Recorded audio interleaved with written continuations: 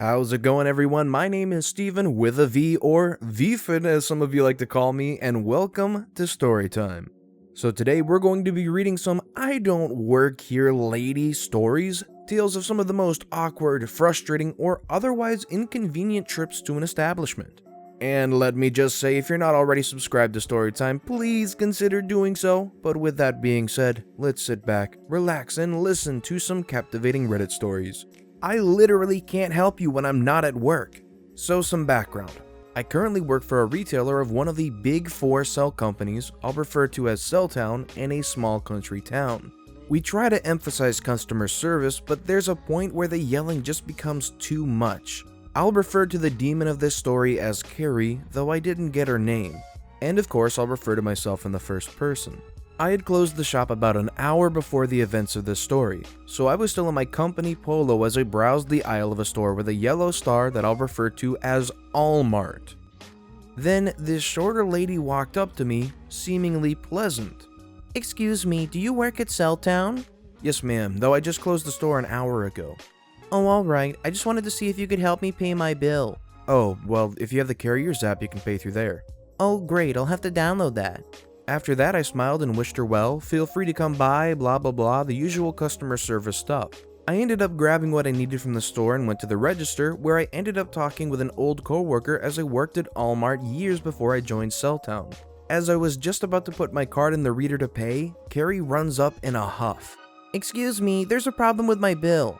She shows me her phone. "This is $30 higher than what I normally pay." "Oh, well, if you come in tomorrow, we can..." She cuts me off. "I don't want to come in tomorrow, help me now." My eyes widened at her abruptness. "I'm sorry, ma'am, but I can't help you without my company tablet," I say, paying for my stuff and putting my bags on my cart. "Well, go get it." "I can't. The shop is locked and closed. Once we close for the night, we can't go back in until we reopen." "Well, you have to make an exception. I need help now." "Like I said, I can't without..." "Oh, shut up." She shoved me. I typically can deal with an angry customer, but once things get physical, I try to end things as soon as possible. I give a smile down at the lady and nod. "You're right, I'm sorry. I'll be right back with my tablet. Just give me a few minutes." "You better hurry." I gave her my fake phone number, which is just a hotline that plays All Star by Smash Mouth. After that, I left with my things and went home. I haven't seen Carrie since our exchange from about a week ago. My friend messaged me saying she was kicked out of Allmart a few minutes later, apparently for trying to steal some Celltown gift cards. Leads me to think that she did normally pay the $30 but was trying to get it taken off for the month. But oh well, at least I haven't had to deal with her since. This lady seems like a little bit of a nut job and a scam artist trying to get some money off wherever she can, trying to steal things where she can. Overall, just doesn't sound like a very good person. And that's pretty sly there with giving the fake number and saying they'd be right back and then just ditching. Somebody wants to... Yeah, you get it. ATMadness. It was a sunny day, not a cloud in the sky, and I went out of my home with a smile on my face and a song in my step, without knowing that the clouds of entitlement were getting closer and closer. Down here in the southern hemisphere, we're in the middle of summer, so I was dressed in shorts, a sleeveless t-shirt, and flip-flops. I was going to do some grocery shopping in my hometown and drop by the ATM to get some cash. After a couple minutes in line, I get to enter the closed-off section with the ATMs.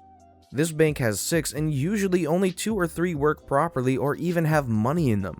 I walk towards the last booth, which is only for clients of the bank, which thankfully I was. But before I get to my destination, an old woman in the second-to-last booth stops me. She looked like the kind of woman that attempts to fatten German kids to eat them. Pointed nose, really pale skin, and a bird's nest of a hairdo over her head. Clearly a wig, which was making her sweat like a pig, considering we're in the middle of summer. The cast: EC, entitled Crone, me, duh. "Excuse me, young man, but the ATM isn't working. It keeps rejecting my card," Entitled Crone says to me, sounding frustrated and at the gateway of being ticked. "Okay, so what do you want me to do?" I reply, a bit confused. "You could help me. I've been here for almost an hour." She wasn't. I saw her get in the ATM less than 5 minutes before me. "And I can't make this work," She says, the clock of her temper getting 2 minutes closer to midnight. "I don't know, you should ask somebody from the bank," I reply. I'm not doing that. she exclaimed, frustrated by my reply. You work here, don't be lazy and help me out. This time around, she shouted, getting the attention of the rest of the people inside the ATM. I stood there for a moment looking at her dumbfounded. Without saying anything, I gestured towards my clothing with both hands, doing several passes over my body, attempting to make her understand she was in the wrong through the art of non-verbal communication. I'm half Italian, so gesticulating is basically my third language. What? Stop messing around and help me. She shrieked, angrily shaking her card towards me. Every fiber in my being wanted me to facepalm, but I managed to keep the wave of sarcasm behind a wall of stoicism and attempted to reply as gently as possible. I do not work here. Look at what I'm wearing. When have you seen a bank clerk with flip-flops and a sleeveless t-shirt? Finally, it seemed that she got the message, especially with the others in the booth snickering, and decided to shut up and lower her head. I retrieved some cash and went to do my shopping in peace. Sorry for lacking a bombastic finish, but they're relatively rare in my country. I don't know what this old lady's problem was, but she obviously wasn't, all there or something like that. Claiming that you worked there when you obviously didn't have any form of formal outfit on, and then also claiming she had been there for so long when obviously she wasn't. I don't know what's going on with this lady. The student has become the master. It's the early 2000s and I'm a senior in high school. My graduating class has 800 students in it, and the school itself was a massive campus broken up into around 6 buildings. The first day of my senior year, we spend the entire day in homeroom. You would only visit homeroom maybe 3 or 4 times a year at this school. It was just an easy way to break the student body up into manageable groups. If every student has to do a thing, line up by homeroom. If a teacher needs an arbitrary way to break up the class into groups, homeroom building letter. Want to check out a book? Name and homeroom. Want tickets to prom? School ID and homeroom. School needs to make everyone watch a presentation. For hour 1, please go to homeroom. For all this homeroom talk, we actually sat in the room twice my senior year. And in the case of my room in particular, only once. So it is the first day of school. I have my schedule in hand and I'm headed to my homeroom. Room A003. So, a building. In the basement, room 3. There it is. I sit down well before the bell and manage to snag the last of the 16 desks in this broom closet of a room. Shortly thereafter, we are standing room only. And by the time the first bell rings, we upgrade to 1 sardine tin worth of students. 36 students, 16 desks. We haven't even gotten to that class yet, but things are not adding up. My homeroom teacher stands in the doorway, takes one look at his sardine students and says, "Nope, everyone out into the hallway." So we all march out of our clown car classroom. The teacher then takes us to room A004, which is over twice the size and has plenty of desks. The teacher tells us, just write A004 on your schedules. If you are asked your homeroom number, say A003, but if you are told to go to homeroom, come here instead. Fast forward 1 school year. It is the last day of school. Now, for obvious reasons, no sane teacher in this district would think it demands a class of seniors do anything on the last day of high school other than watch the clock. We are sent to homeroom. Now, I just so happened to measure in at 6'2", and my hard-grown peach fuzz beard had matured into a wonderful dark brown. All those nights of standing in the mirror using sheer willpower to make it grow more had paid off. And the icing on this cake was the fact that I had elected... Okay, so we had some family stuff to do and I would have to leave the school and drive to said family stuff directly, so I was dressed in my Sunday best. A full-sleeve collared button-down with slacks and my nice leather formal shoes. These 3 things became the trifecta for this series of events. The bell rings and no teacher. Okay, maybe he is late. 10 minutes after the bell, maybe he is really late. 15, 30? So there was nothing but chaos in this classroom. Everyone doing whatever they wanted with no holds barred. I elected to doodle in my notebook, like the cultured young adult I was pretending to be. That is, when my pencil broke. So I get up and head over to the pencil sharpener and get to sharpening. I stop and admire my handiwork when there is a knock on the door. This kills half the noise in the room. I open the door to find an older 5 foot, not an inch more tall person looking the 14 inches up to me. She hastily explains that her class is missing. Before I get a word in, she shows me a piece of paper. She is a substitute teacher, and she is subbing for our homeroom teacher.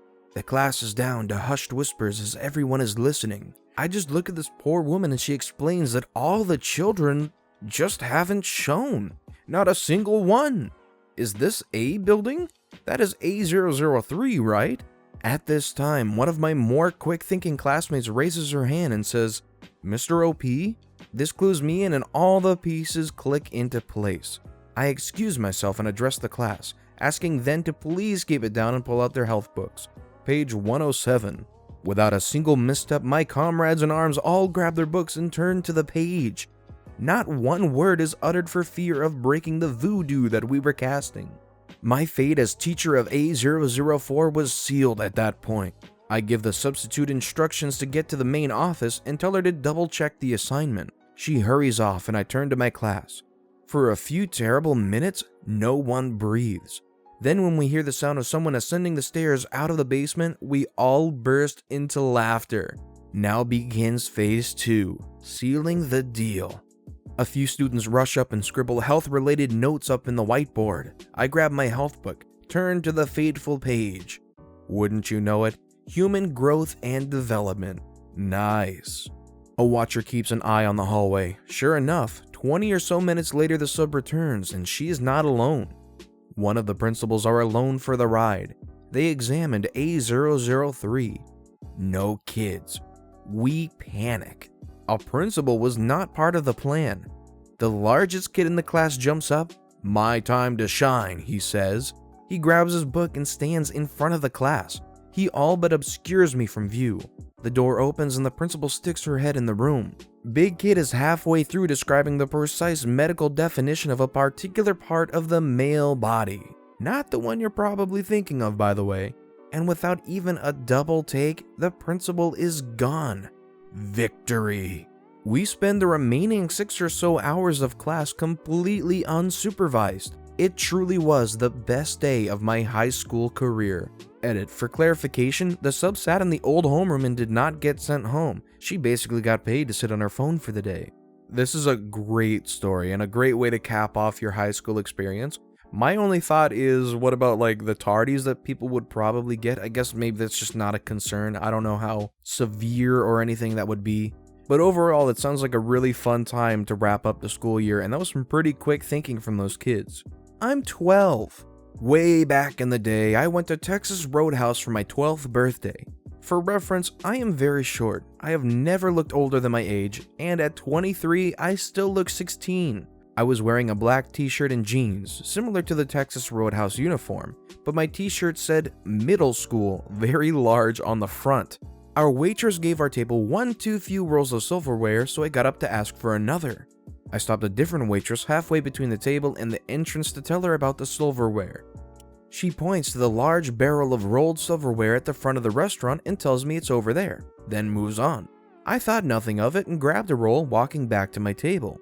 About 5 minutes later, the waitress comes by our table and starts apologizing, claiming she thought I was a new waitress myself. My family and I laughed it off, and now it's a fun story I enjoy telling people of the one time someone thought I was older than I looked.